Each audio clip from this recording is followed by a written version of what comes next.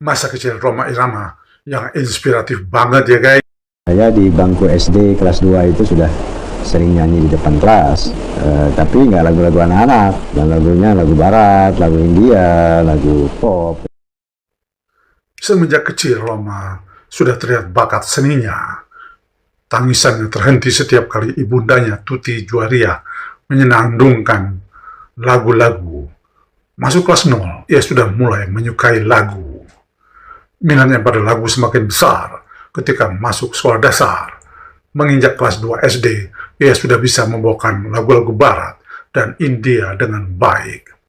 Ia suka menyanyikan lagu No Other Love, kesayangan ibunya, dan lagu Meraviglie Bucharia Jaya yang dinyanyikan oleh Lata Mangeshkar. Selain itu, ia juga menikmati lagu-lagu Timur Tengah yang dinyanyikan Kalsum. Bakat musiknya mungkin berasal dari ayahnya yang fasih memainkan seruling dan menyanyikan lagu-lagu janjuran, sebuah kesenian khas Sunda. Selain itu, pamannya yang bernama Arifin Ganda suka mengajarinya lagu-lagu Jepang ketika Rhoma masih kecil. Janjikan kemenangan, menjanjikan. Pengalamannya menyanyikan lagu-lagu India sewaktu masih bersekolah dasar, lagu-lagu pop dan rock barat hingga akhir 1960-an, lalu beralih ke musik Melayu, menjadikan lagu dan musik yang dibawakannya di atas panggung lebih dinamis, melodis, dan menarik. Karena usia Rhoma dengan kakaknya Benny tidak berbeda jauh, mereka selalu kompak dan pergi berdua-duaan.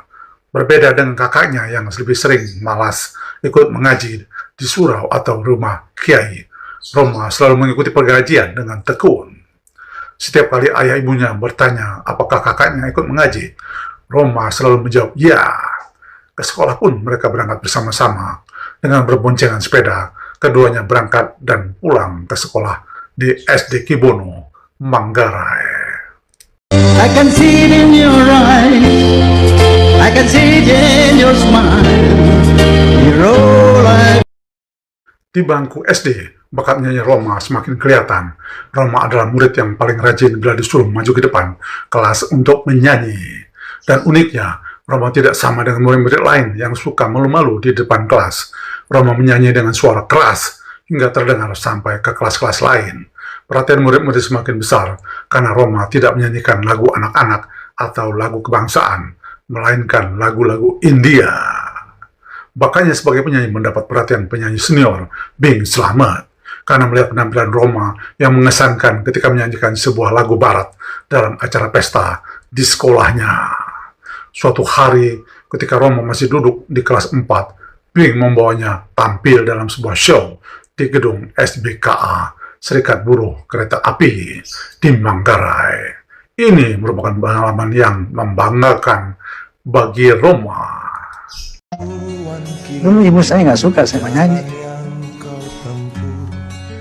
Kalau saya nyanyi dimarahin saya. Sejak itu, meski belum berpikir untuk menjadi penyanyi, Rhoma sudah tidak terpisahkan lagi dari musik. Dengan usaha sendiri, ia belajar memainkan gitar hingga mahir. Karena saking tergila-gilanya dengan gitar, Rhoma sering membuatnya ibunya marah besar. Setiap kali ia pulang sekolah, yang pertama dia cari adalah gitar. Begitu pula setiap kali ia keluar rumah, gitar hampir selalu ia bawa. Pernah suatu kali ibunya menyuruh Rhoma menjaga adiknya, tetapi Rhoma lebih suka memilih bermain gitar.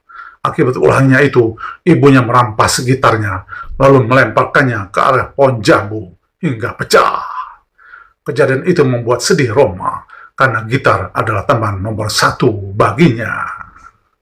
Ternyata Rhoma itu sudah tergila-gila dengan gitar sejak kecil ya guys. Komentar.